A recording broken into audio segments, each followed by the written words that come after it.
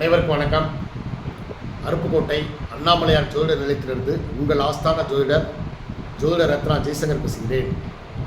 சந்திராஷ்டமம் என்றால் என்ன கேட்டிங்கன்னா, ஒரு ஜாதகத்தில் உங்கள் ராசி என்ன ராசியோ அந்த ராசியிலிருந்து இடப்புறமாக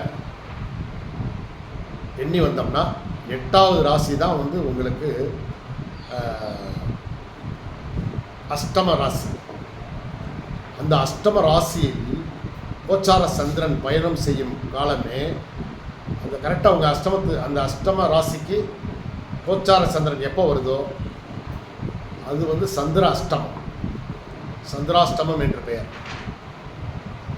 அஷ்டமத்து சனி கொடியது, அதைவிட கொடியது அஷ்டமத்து குரு, அதைவிடவும் கொடியது இந்த சந்திராஷ்டமம். சந்திரன் அந்த ராசியில் உங்களுடைய அந்த ராசியிலேருந்து 8வது ராசிக்கு பயணம் வரும்போது 2.25 நாட்கள் அந்த இடத்துல நிற்கும். அந்த 2.25 நாட்கள் மிக கொடியது. ஸோ அந்த மாதிரி சமயத்தில் திருமண நிச்சயதார்த்தம், திருமண முகூர்த்தம், சாந்தி முகூர்த்தம், அப்புறம் வித்யா ஆரம்பம், தொழில் ஆரம்பம், அப்போ இந்த மாதிரி பல நல்ல காரியங்களை அந்த நேரத்தில் தவிர்த்தணும். சரிங்களா?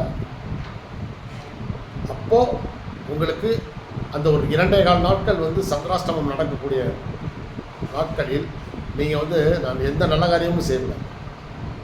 ஒரு பேஷண்ட்டுக்கு ஆப்ரேஷன் பண்ணுறது, அந்த டாக்டர் அந்த டேட்டில் பிடிச்சிருந்தாங்கன்னா சந்திராஷ்டம நாளில் ஆப்ரேஷன் பண்ணக்கூடாது.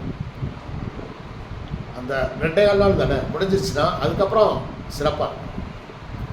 சந்திராஷ்டமம் நடக்கும்போது நீங்கள் ஆப்ரேஷனோ அல்லது ஒரு நல்ல காரியங்கள் ஆரம்பிச்சிங்கன்னா அந்த காரியங்கள் தடைபட்டுரும், ஆபத்தில் உண்டே விட்டுரும். அதனால் சந்திராஷ்டம காலத்தில் எதுவுமே பண்ணக்கூடாது.